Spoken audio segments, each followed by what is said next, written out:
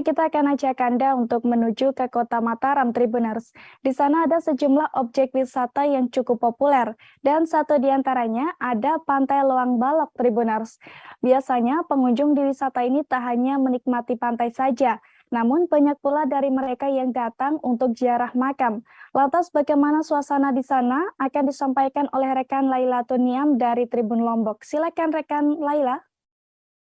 Baik, terima kasih rekan Ariska. Saya Laila Tuniam, wartawan tribunlombok.com melaporkan dari Kota Mataram. Ya, Loang Balok ini salah satu wisata paling favorit di Kota Mataram yang dikunjungi bukan hanya warga kota, tetapi juga oleh masyarakat dari berbagai kabupaten di Lombok, Lombok Timur, Lombok Tengah, Lombok Barat, Lombok Utara.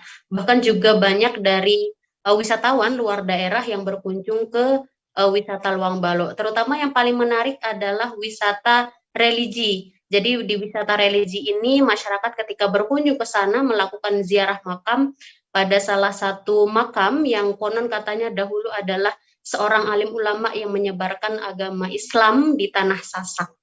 Terus kemudian selain ziarah makam juga dapat menikmati langsung wisata bahari yang berseberangan dengan makam tersebut.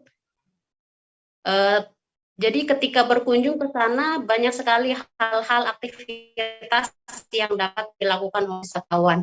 Menikmati pantai, kemudian ada area skateboard dan masih banyak lagi.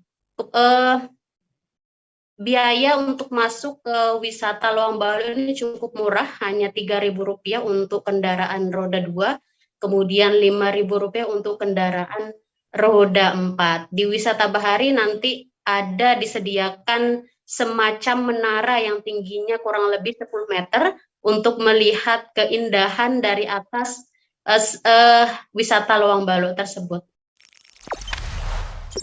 Jangan lupa subscribe, share, komen, dan like ya.